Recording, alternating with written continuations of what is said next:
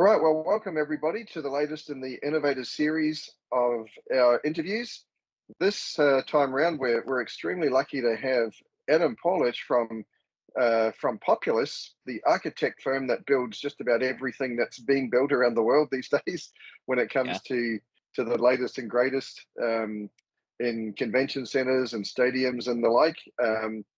Adam's been a close friend and colleague for a number of years now, and so I thought it'd be a really good topic for us to touch on in the world of architecture. So before I steal all of your thunder, Adam, why don't you tell us a bit about Populous and about yourself? Great. Thanks, Steve. Thanks for having me, obviously. I've just really enjoyed our partnership. God, going on, it seems like half a decade now, so it's awesome. So Populous, we are the only global design firm that specializes in public assembly architecture. So public assembly architecture is essentially anything where you're moving large amounts of people through small and tight spaces. So think stadiums, arenas, performing arts centers, convention centers. But then also we plan events as well. So Super Bowls, World Cups, festivals, music festivals, esports events. And so truly from a global expertise standpoint, we really know how to do these buildings and how to do these buildings well. If you can imagine, there's quite complex. Just from a public health and life safety standpoint, when you put that many people under one roof, so it does really take expertise to kind of get those buildings off the ground and make sure that they do get delivered on time and on budget and safely, of course. Um, so I will say my role is I'm the global design director for our convention and exhibit hall practice, and I've had the pleasure now of working on projects on 6 continents for Populous of convention centers, and so it's um it's really exciting because personally, I never would have thought that I'd be the design director for a convention center practice, but I really do think that convention centers are some of the most flexible and dynamic facilities in the world.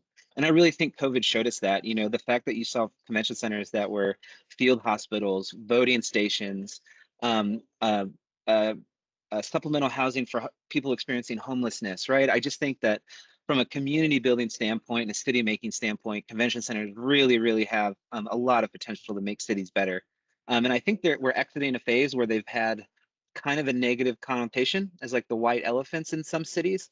And I really think that we are seeing that reputation turn around. And for projects like the BMO Center in Calgary or ICC Sydney, right? Like really different dynamic products that look so different than what convention centers used to look like. And meeting experience, guest experience, health and wellness, all of those things are just stuff that architects were not even talking about 10, 15, 20 years ago. So just lastly about Populous, we're headquartered out of Kansas City. That's our global headquarters in the United States. We do have main headquarters again in London and Brisbane, Australia. But also I'm taking this call out of Calgary right now, and we're very global. We have offices all over Europe now, Asia, and certainly in Australia. So just a really, really dynamic growing practice. And so it's really great to be here. And I just want to say at the moment that you and I met, Steve, we've pretty much identified that we are like operating in two parallel tracks of both of our organizations, of how you touch a lot of things that we don't touch. We touch a lot of things that you don't touch, but we definitely can see that there's value in us having these types of conversations. And so I think that's great. Yeah. Yeah, absolutely. I couldn't agree more. And yeah, thanks for that background. Yeah, Populous truly is a global organization, that's for sure. Um, you touched, I think, a little bit on this in your opening remarks, but what would you say has changed in design the most in the last few years? Yeah. Well, I don't want to make this about COVID. I think we've talked about COVID to death, right? And weirdly, I don't think COVID changed much, really. I think what it did is it might have fast tracked a few things that were already happening, you know, Right. kind of called the Amazon big box phenomenon, right? I think people were already leaning towards some of these things pre-COVID. And personally, as a designer, as an architect, I was even like, what is going to be the mechanism that's going to kind of put some of these trends in front of people in real time? And a global pandemic was not on my bingo card. But here we are. And I will say, this industry, the meetings industry, is very resilient. You talk about September 11th, social media, Airbnb, Uber, all of these types of seismic social changes And I will just say the meetings industry has found a way to design and thrive and innovate out of that. And I would say COVID is no different. So a few things, Steve, that I think are really changing is guest experience, guest experience, guest experience. And just in the convention center world, it's no secret, and it's kind of the business that you guys are in this type of space is major importance on exhibition halls, ballrooms, meeting rooms. We were seeing a major shift. I don't want to say away from that type of space, but a new type of space to supplement those spaces, right? Spaces inside of buildings that facilitate interaction, elicit conversation, give people access to natural light and outdoor space, comfortable places to sit, places to plug in your phone. I mean, these things seem minuscule, but think about how many conferences you've been to where people have no place to sit and you see people in the pre-function sitting there with their laptops, right? Just like an airport terminal. And so it's like those are all things that we realized during the pandemic. It's like people didn't want to be crammed in a room for 8 hours with no natural light, with maybe, 2000 of not their best friends, strangers, right? So how can you start to Right. design spaces that alleviate that experience a little bit, give people more options to receive content? If you would have asked us during the pandemic, is digital content going to be around forever? I think everyone maybe would have said yes, but now what we're seeing is that the digital content is still there, but what it's done is it's forcing people to put more emphasis on the actual physical content, because that time value equation of somebody registering for a conference and going to your event, it has to be very clear that they're going to get something out of that event, right? And we all know that these types of events, these B2B and consumer to consumer shows and stuff, like it's all about the interactions with the people. So from a design standpoint, it's how can you create more robust, organic, healthy interactions from the attendees while you're also still delivering on food and beverage, nice accommodations, walkability, relationships with the district. And so I would say, we always kind of joke. It's like, well, we're trending of like, you just buy the ballroom and it comes with the X hall. I would actually say now it's like you're actually probably buying the pre-function and then it comes with everything else, right? So you're starting to see Right. a Yeah. different type of relationship of the types of spaces that we design. And it's funny because they don't necessarily show up on like a spreadsheet, right? They're very unique.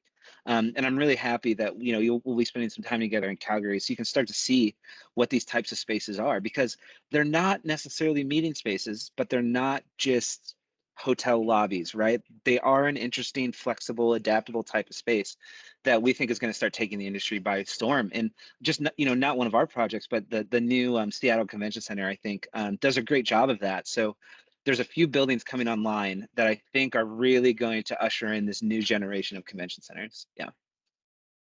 That's fascinating. Just trying to understand how the whole concept of design impacts the meeting. And you're 100% right. It really does. So no longer are we just going into a big box, an empty space, Yeah. and expecting it to fill our needs. So Yeah. that's amazing. It also segues into the next question I have, which is, you've explained what changed in the last few years. What do you think's going to be, going forward from that? What's going to have the biggest impact, do you think, Yeah. on the way that buildings are designed? Oh man. Okay. This is great. Thanks for asking this. A little bit of crystal ball going on here, but um, so I think it's interesting because sometimes these projects, and I'm not talking convention centers, I'm talking any kind of architectural project at scale, a scale that's multiple city blocks, for example. From the time that that becomes a project, from the time that the city or a client or an owner or somebody is like, we need to do this, that time from when you actually hand over the keys could be anywhere from 6 to 10 years, right? That time from, and then, you buildings generally aren't mature, I would say, for another 5 years, right? So you don't really even know how your building operates for 15 years. So talk about a leap of Wow. faith, right? And Wow. so Yeah. we always have to be thinking, 20, 30 years from now. And like, I mean, it's kind of scary, right? Like 20 years ago, the iPhone didn't exist, and who could plan for something like that, right? So Right. it's not even like we're saying this is what's going to happen. What we're saying is you have to design enough adaptability in your project and in your organization to be able to kind of pivot with some of these trends. But I will say the arms race of square footage is over. Like no one is just building square footage to be bigger anymore. The cost of building is too expensive.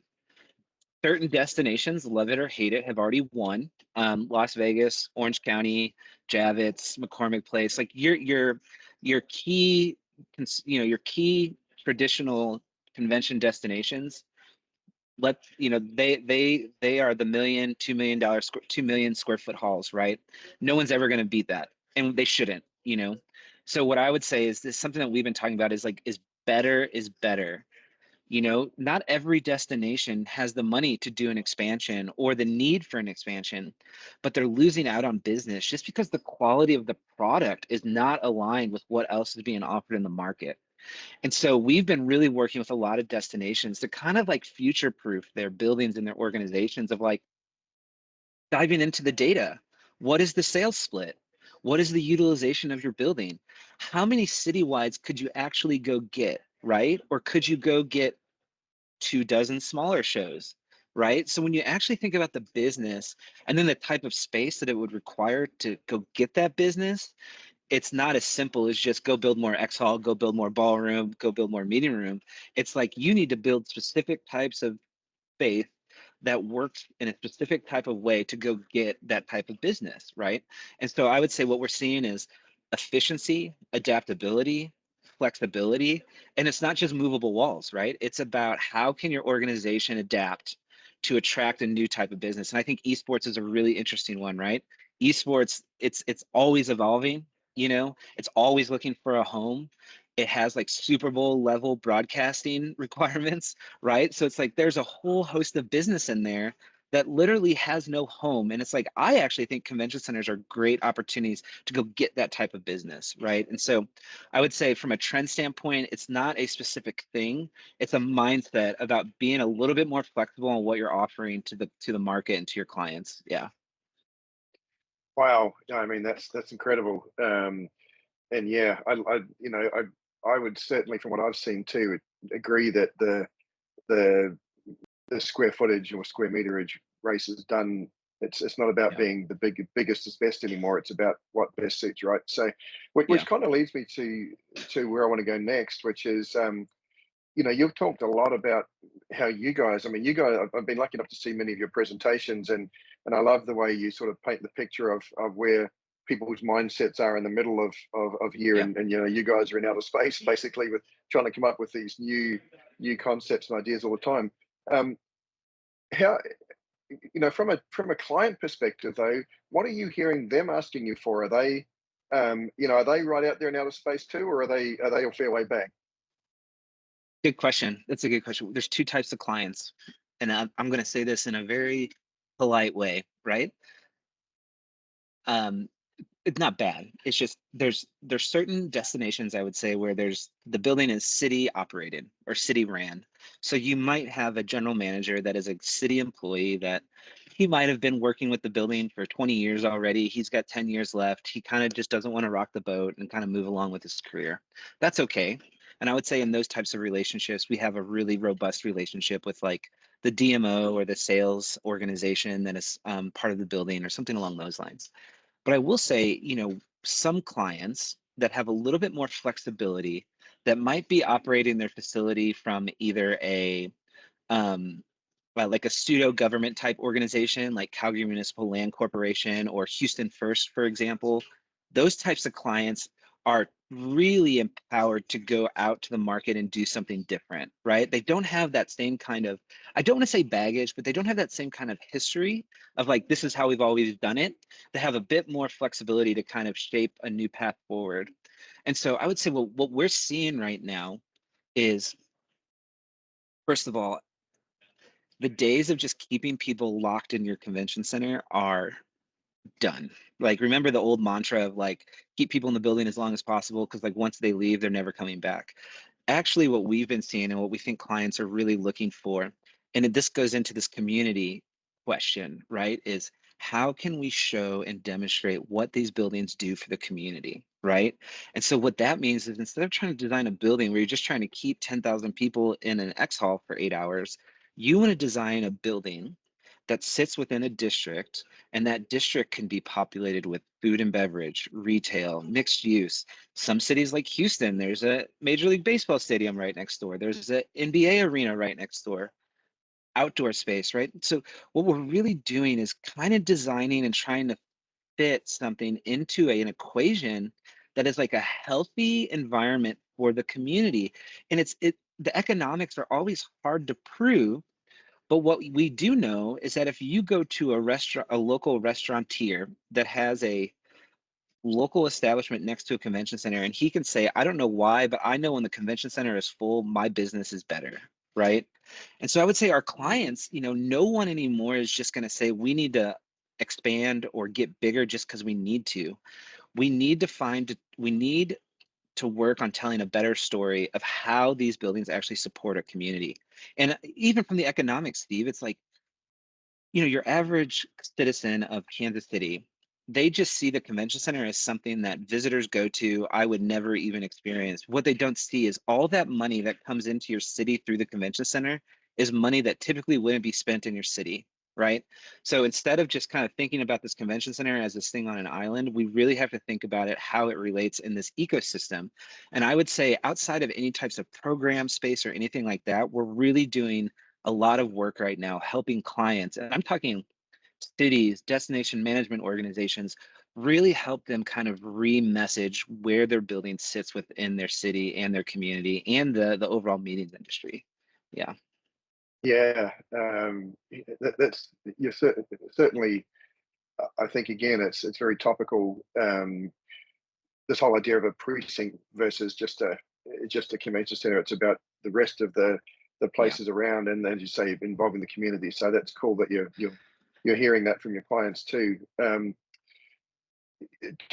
do you reckon or how do you bridge that between your wildest dreams of design and then the realities and practicality of what can actually be achieved? Yeah. Well, a lot of conversations and there's a lot of trust, I would say. And trust happens with relationship building. And I would say that's Populous. We work in cities all over the world. I will say what we never do is show up to a city and say, we know what's best for your city. There's a huge ramp up there of getting to know the client, the organization. Generally, I would say 95% of projects that Populous does, we have very strong local partnership with architecture and engineering firms and feasibility consultants. So I would say by the time we are having these conversations about maybe some tricky things, there is an inherent level of trust there, right? But from a Populous standpoint, Steve, you are part of this year, our Imagine That conference that we do, right? Right. where Yep. we invite where we invite clients, DMO representatives, executives, government officials, and meeting planners. We invite them to Kansas City for a 3-day workshop with our architecture staff and our designers, and we just ask questions, right? And we have no agenda, but just asking them, what are you seeing? What's keeping you up at night? Where do you think this is all going? The one last year, Steve, interesting, like owners were really topical on security, and I was like, oh, that's an interesting thing. I didn't think security Hmm. was going to kind of be at the forefront of people's minds. And then obviously Right. you guys as a technology firm, security is not just physical security, right? There's the Hmm. technological secure the technological aspect of it, of 2FA hacking prevention. And then it's like, and even part of our workshop this year, we had an AI component, right? And it's like, okay, so now we're Yeah, talking that, about that was all of this incredible. stuff, right? And it's Yeah. just like, so the fact that our clients are saying, like, it would be so easy for us to come to a client and say, this is what you should do. But again, that's not how our business works, and it shouldn't work that way. So for us, every year, every other year that we do this Imagine That conference, to have the industry come to us and say, hey, this is kind of what's keeping us up at night, take it or leave it. And then that gives us enough ammunition with all of our projects and all of our other markets that we touch to say, well, hey, they're doing this in Major League Baseball, but they're doing this in FIFA soccer. Maybe we can take some lessons from there and we can start to create kind of a new, like a new opportunity or a new paradigm for some of these things. Yeah. Yeah, and I have to say, I was very privileged to be part of Imagine That late last year, and those workshops were incredible. The fact that you can take those ideas and turn them with Yeah. AI and turn them into models the next day. That blew my mind. It was Yeah. amazing. Yeah. It's Um, exciting. but really, really great. And so, you've talked about a couple of big projects like the BMO Centre in Calgary. I can't wait to see that in June for the grand opening. It's going to be amazing. Um, but are there any other big projects you're working on that you can share with us before we finish up? Yeah. I mean, I wish I could tell you everything, because I will say that this is the most activity we've seen in the market in a long time, and that's really good. I would say sports probably came back. Private ownership came back relatively quickly after Right. COVID.